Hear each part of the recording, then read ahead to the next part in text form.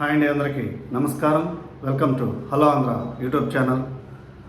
మనందరికీ తెలిసిందే, మాజీ మంత్రి, గృహ నిర్మాణ శాఖ మాజీ మంత్రి జోగి రమేష్ మంత్రి పదవి కోసం జగన్మోహన్ రెడ్డి గారి ప్రభుత్వంలో అప్పటి ప్రతిపక్ష నాయకులైనటువంటి చంద్రబాబు నాయుడు గారిని, అదేవిధంగా లోకేష్ గారిని, జనసేన పార్టీ అధినేత పవన్ కళ్యాణ్ గారిని,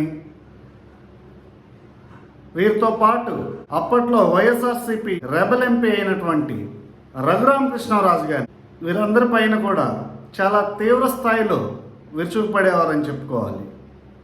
అది కూడా వారి పర్సనల్ లైఫ్ని టార్గెట్ చేస్తూ బూతు పదజాలంతో విరుచుకుపడేవారు.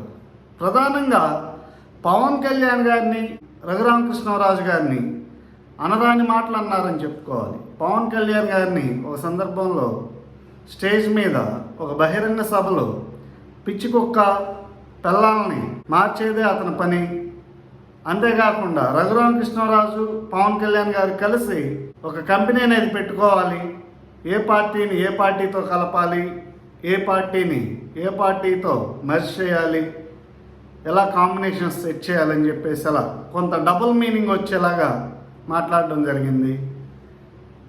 ఇవన్నీ ఒక ఎత్తు అయితే, ఆయన చంద్రబాబు నాయుడు గారి నివాసం మీద దాడికి ఉసిగొల్పి జనాలను కూడా పంపించడం జరిగింది. ఆయన కూడా అందులో పాల్గొనడం జరిగింది. అయితే ప్రభుత్వం మారింది, లెక్కలన్నీ మారాయి. సరే, ఇవి రాజకీయంగా ఆయన మంత్రి పదవి కోసం చేశాడని చెప్పుకోవచ్చు. ఇవే కాకుండా ఆయనకి మంత్రి పదవి దక్కిన తర్వాత సిఐడి అటాచ్మెంట్లో ఉన్నటువంటి అగ్రిగోల్డ్ భూముల్ని విజయవాడలో భవానీపురంలో ఒక కార్పొరేటర్ని అడ్డం పెట్టుకుని, వైఎస్ఆర్సీపీ స్థానిక కార్పొరేటర్ని అడ్డం పెట్టుకుని అగ్రిగోల్డ్ భూమి అనేది భూ కబ్జా చేశారు. అయితే ఈ భూ కబ్జాలు, ఈ అమ్మకాలు, ఈ కొనుగోళ్ళు, అక్రమంగా ల్యాండ్ గ్రాబింగ్లు ఇవన్నీ కూడా వైఎస్ఆర్సీపీ నాయకులకి, జోగి రమేష్ లాంటి వాళ్ళకి కొత్త కాదు. వారు చాలా కాలం నుంచి అలాంటి కార్యక్రమాలన్నీ కూడా చేస్తూ ఉన్నారు. అయితే ఇక్కడ ఆధారాలతో సహా దొరికిపోవడం జరిగింది. ఎందుకంటే ఆంధ్రప్రదేశ్ ఏసీబీ గత 2 రోజులుగా ఇబ్రహీంపట్నంలో ఉన్నటువంటి ఆయన నివాసంలో సోదాలు అనేవి నిర్వహించింది. ఈ సోదాల్లో అనేక రకాల డాక్యుమెంట్లు అనేవి బయటపడ్డాయి. ఈ డాక్యుమెంట్లన్నీ కూడా చాలా వరకు ల్యాండ్ గ్రాబింగ్ అనగా భూ కబ్జాలకు సంబంధించినవి అని చెప్పేసి నిర్ధారించుకున్నారు. అయితే ఇందులో ప్రధాన పాత్రధారి జోగి రమేష్ అయినప్పటికీ కూడా జోగి రమేష్ తన కుమారుడు జోగి రాజీవ్ని అడ్డు పెట్టారు అక్కడ. ఎందుకంటే తన ఎస్కేప్ అయ్యి అరెస్ట్ నుంచి తప్పించుకోవచ్చు అని చెప్పేసి.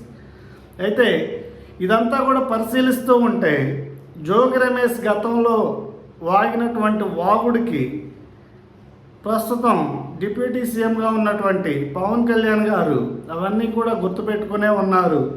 ఎవరిని కూడా వదిలిపెట్టరు, వారందరికీ కూడా వడ్డీతో సహా చెల్లిస్తారు అనే చర్చ అయితే జనసేన టీడీపీ కార్యకర్తల్లో మాత్రం జరుగుతూనే ఉంది.